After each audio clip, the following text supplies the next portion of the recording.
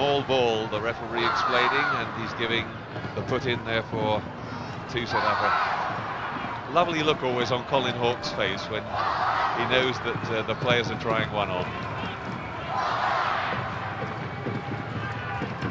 Yanni de Beer coming back round the other side. Good pace from him, but the little flick inside pass didn't go to hand. Scotland have the put in at the scrum. Here we go here, Townsend just standing there, gets himself in the way there. A hint of a knock-on, picked up by Colin Hawke. Bit scrappy there from South Africa. And the South Africans were worried about Yanni de Beer having to come in, Scott. Henry Hannibal, they wanted his experience, but Yanni de Beer's done well. He certainly has, and he's certainly given all the confidence to the South Africans, who seem to just picked up the whole intensity of the game over the last sort of 5-10 minutes. I think they've really been spurred on by really Scotland's errors.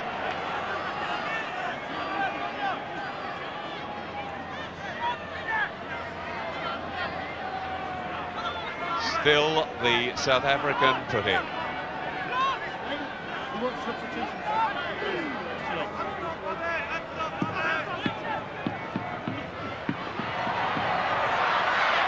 Oh, and away goes De Beer. Maisie running from the fly half. They're also worried about where he's going to pass it. They almost failed to tackle him. Penalty, he's playing it on the floor after the tackle. Scotland now running it from their own line. Martin Leslie keeping it going. Bullock in there. And penalty again to Scotland. Armstrong. Oh, that's a poor pass.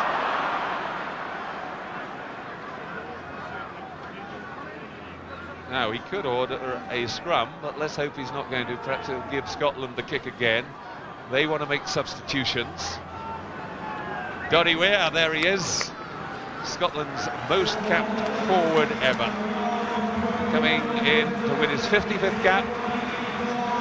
And Scott Murray, he's done well. Worked himself to the bone. And Rob Russell on as well.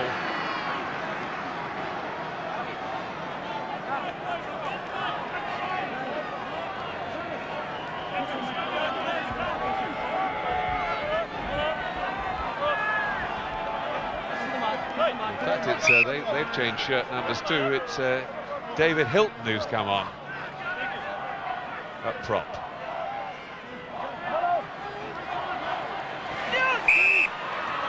Well, that wasn't straight.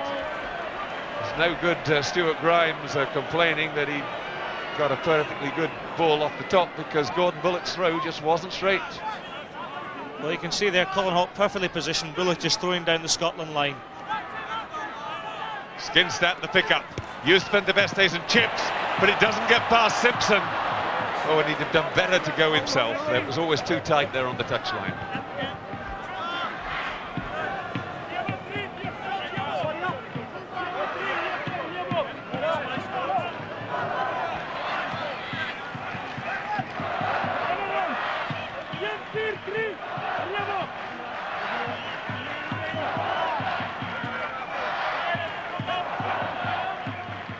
Weir getting up to it, beautifully picked up the top by Doddy Weir.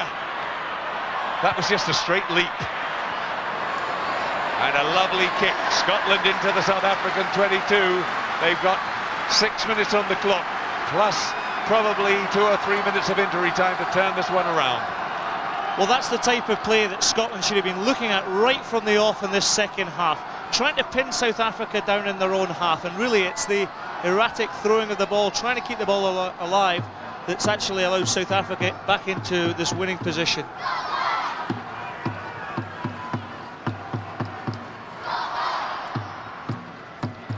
A lot of bulking in the line-out. The referee's happy though.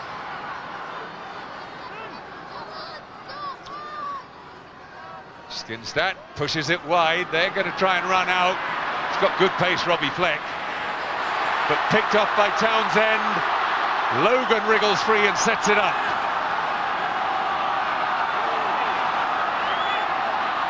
Armstrong, Townsend, still in control, beautifully slipped inside, magical handling for Tate to score. Tate goes over for his 17th try for Scotland.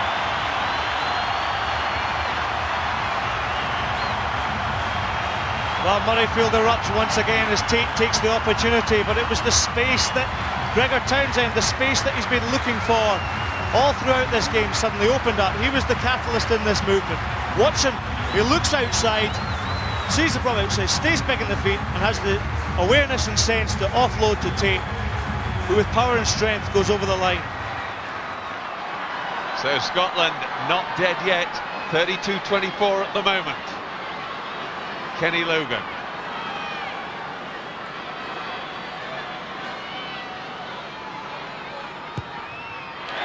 Yes, safely through the post with the conversion. It's 32-26. A converted try will still do it for Scotland. Well, there's the skill of Townsend there, the one-handed pass, but it was the angle of Alan Tate who came into support. Watch here.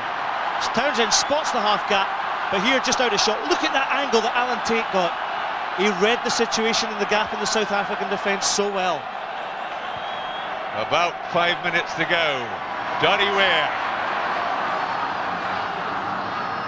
It was his decisive winning of the line out against the throw, which set up that position straight away as soon as he's come on for Scotland.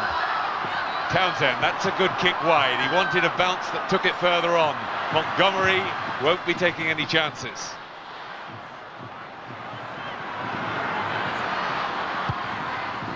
Well, that's off the outside of the boot.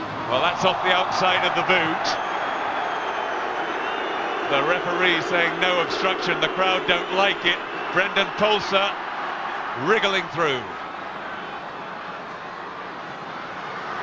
Oh, and a lovely little break again by Fleck to Andre Fenter, and there's no Scottish defence left. And the crowd roaring their disapproval. They felt that in chasing that kick, Cameron Murray, I think it was taken out. The referee was having none of it.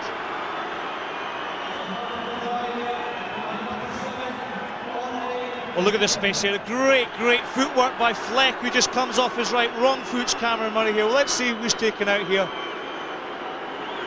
Well, it seemed pretty good to me. Venter with the pace actually to go round.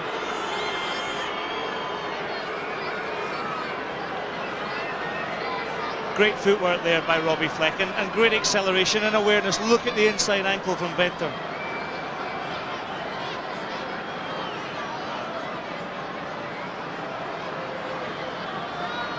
Well, Venter, he'll run forever.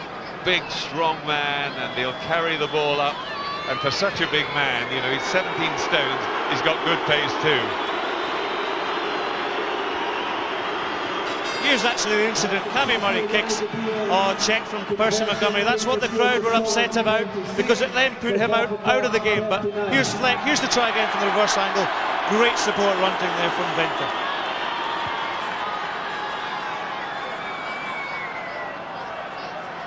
Van der Westhuizen into De Beer.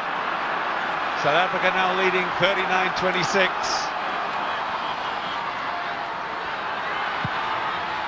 And quickly shifted away to touch by Percy Montgomery. Yeah, the big thing about that obstruction, one, it should have been a penalty to Scotland, but two, all the forwards in front of him, because of it, were offside, and everybody was standing, hoping and waiting for the penalty.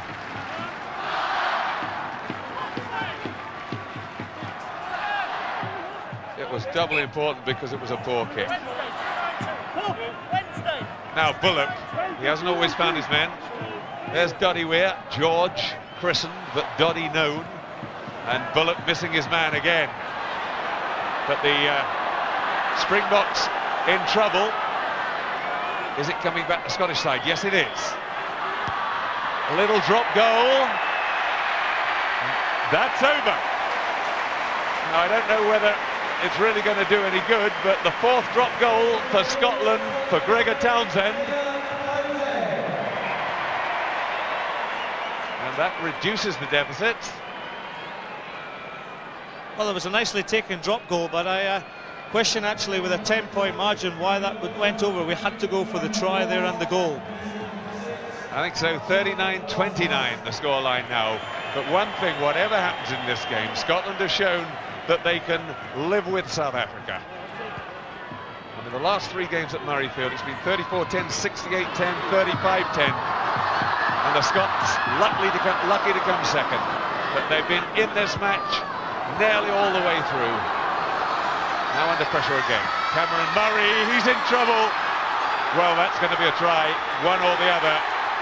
Who's got the touchdown? It's Joost van der Westhuizen, one of the great poachers, South Africa's top try scorer, record try scorer of all time, has now hoisted his tally to 27. Well, an error here from Cameron Murray. He just slips as he goes down the ball. Rousseau gets the crucial left foot, and with nobody in Scotland's in-goal area, Van der Westhuizen touches the ball down for a great try. But again, it's come from a Scotland error. Good awareness there as the ball turns the defence of Scotland, and Cammy Murray won't be happy with his play there.